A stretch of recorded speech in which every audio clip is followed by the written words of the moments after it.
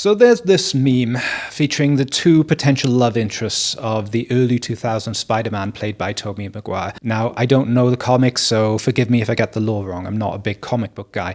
But Peter Parker, who is Spider-Man, his main love interest is Mary Jane, who he's always trying to get the attention of, always trying to win her heart. But she's someone who is with someone else and occasionally thinking of Peter. She's always reveling in the attention of the other option, even when she's engaged to be married. And Peter is also at fault with this. He's pursuing a woman who is involved with other men and even his best friend's ex, which is kind of against the bro code. But in the background, with hardly any screen time, is another girl. Hi, Pete. Ursula, the daughter of Peter's landlord. And she consistently shows him kindness, is always there for him, and even when she finds out about Peter's relationship with Mary Jane, offers her support and just wants Peter to be happy.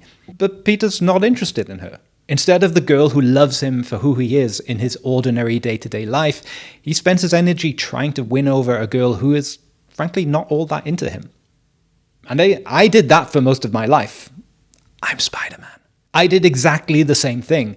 Love always just felt just beyond my grasp, because I always went for women who I had to work hard to win over.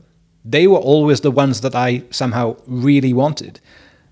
But my model of love that I learned from my parents as a child was that I had to perform, I had to prove my worth in order to be loved. So when someone came along who just loves me without me trying, without me proving it, my mind just thinks, well, what the fuck is wrong with you? The title of this video will be something about Peter choosing the wrong girl, but really, he chose the only girl that he could have chosen. Who he was conditioned to be and who he continued to condition himself to be was the guy who would choose the difficult girl who didn't like him much instead of the girl who would have absolutely loved him. And some might come up with the objection, but Peter wasn't really attracted to Ursula, so you can't make yourself be attracted to someone you're not. And yeah, sure, you can't, if there's absolutely no attraction there. But your brain always gives you more of what you focus on. If you first filter for a particular look, then you're not going to see those potentially great partners who aren't like that, but are still plenty enough attractive for you to be happy in a relationship with them. They don't need to be your ideal sexual fantasy. And most people find the ones that who do actually look like their ideal sexual fantasy are often not really interested in them, or never really had to develop the personality and character traits to be a good partner because they were always so hot that they could just ditch one person and go to someone else instead of working through problems together. So yeah, Ursula may not have been Peter's absolute physical ideal type, but she was attractive enough for most men to be happy with, including Peter probably if he wasn't so focused on the unavailable girl.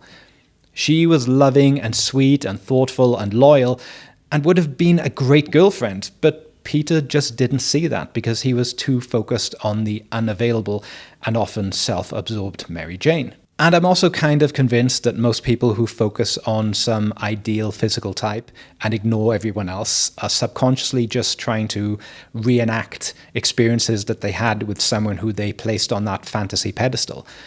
But that's not the main topic of this video, and I've talked about it before. So what's the lesson of this video? Is it to force yourself to date someone that you're not attracted to? No. Simply, I'm saying that the winning her over approach rarely works. The best relationships you will get in life are with women who are excited to be with you. Men become a shadow of who they can be when they're giving attention to women who simply use them for that attention. So don't fall into that trap. Instead, choose women who choose you and ignore the rest.